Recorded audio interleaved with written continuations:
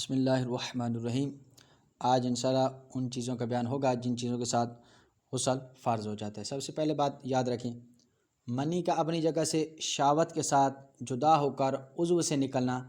سبب فرضیت غسل ہے، یہ غسل کے فرض ہونے کا سبب ہے۔ مسئلہ نمبر 1، اگر شہوت کے ساتھ اپنی جگہ سے جدا نہ ہوئی بلکہ بوجھ اٹھانے یا بلندی سے گرنے کے سبب نکلی تو غسل واجب نہیں، ہاں وضو جاتا رہے گا۔ مسئلہ نمبر 2، اگر اپنے ظرف سے شہوت کے ساتھ جدا ہوئی مگر اس شخص نے اپنے آلہ کو زور سے پکڑ لیا کہ باہر نہ ہو سکی، پھر جب شہوت جاتی رہی چھوڑ دیا،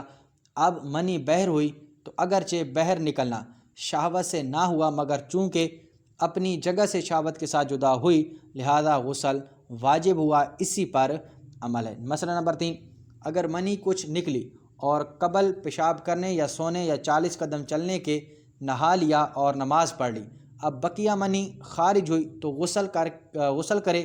کہ یہ اسی منی کا حصہ ہے جو اپنے محل سے شہوت کے ساتھ جدا ہوئی تھی اور پہلے جو نماز پڑھی تھی ہو گئی،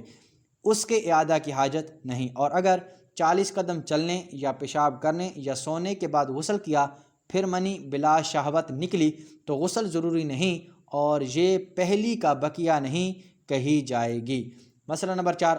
اگر منی پتلی پڑ گئی کہ پیشاب کے وقت یا ویسے ہی کچھ قطرے بلا شہوت نکل آئیں تو غسل واجب نہیں، البتہ وضو ٹوٹ جائے گا۔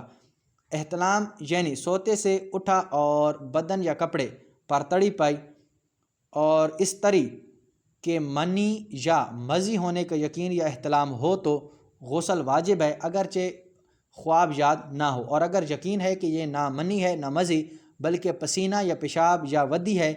یا کچھ اور ہے تو اگرچہ احتلام یاد ہو اور لذت انزال خیال میں ہو غسل واجب نہیں، اور اگر منی نہ ہونے پر یقین کرتا ہے اور مزی کا شک ہے تو اگر خواب میں احتلام ہونا یاد نہیں تو غسل نہیں ورنہ ہے۔ مسئلہ نمبر 5، اگر احتلام یاد ہے مگر اس کا کوئی اثر کپڑے وغیرہ پر نہیں، غسل واجب نہیں۔ مسئلہ نمبر 6، اگر سونے سے پہلے شہوت تھی، آلہ قائم تھا، اب جاگا اور اس کا اثر پایا اور مزی ہونا غالب گمان ہے اور احتلام یاد نہیں تو غسل واجب نہیں جب تک اس کے منی ہونے کا ظن غالب نہ ہو، اور اگر سونے سے پہلے شہوت ہی نہ تھی یا تھی مگر سونے سے قبل دب چکی تھی اور جو خارج ہوا تھا صاف کر چکا تھا تو منی کے ظن غالب کی ضرورت نہیں بلکہ محض احتلام منی سے غسل واجب ہو جائے گا۔ یہ مسئلہ کثیر الوقوع ہے اور لوگ اس سے غافل ہیں، اس کا خیال ضرور چاہیے۔ مسئلہ نمبر 7،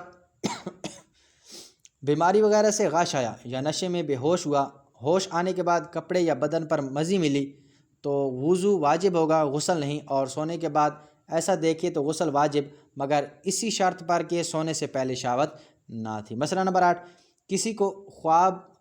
ہوا اور منی بہر نہ نکلی تھی کہ آنکھ کھل گئی اور آلہ کو پکڑ لیا کہ منی بہر نہ ہو،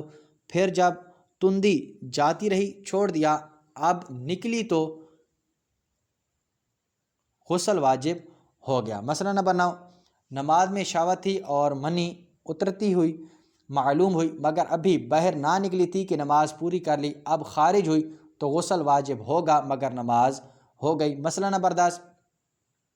کھڑے یا بیٹھے یا چلتے ہوئے سو گیا، آنکھ کھلی تو مزی پائی، غسل واجب ہے۔ مسئلہ نمبر 11،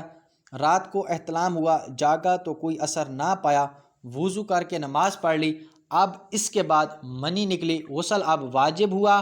اور وہ نماز ہو گئی۔ دعا ہے اللہ تعالی ہم سب کو یہ مسائل سیکھنے کی توفیق عطا فرمائے۔ آگے جو مسائل ہیں وہ انشاءاللہ اگلے درس میں، دعا ہے اللہ پاک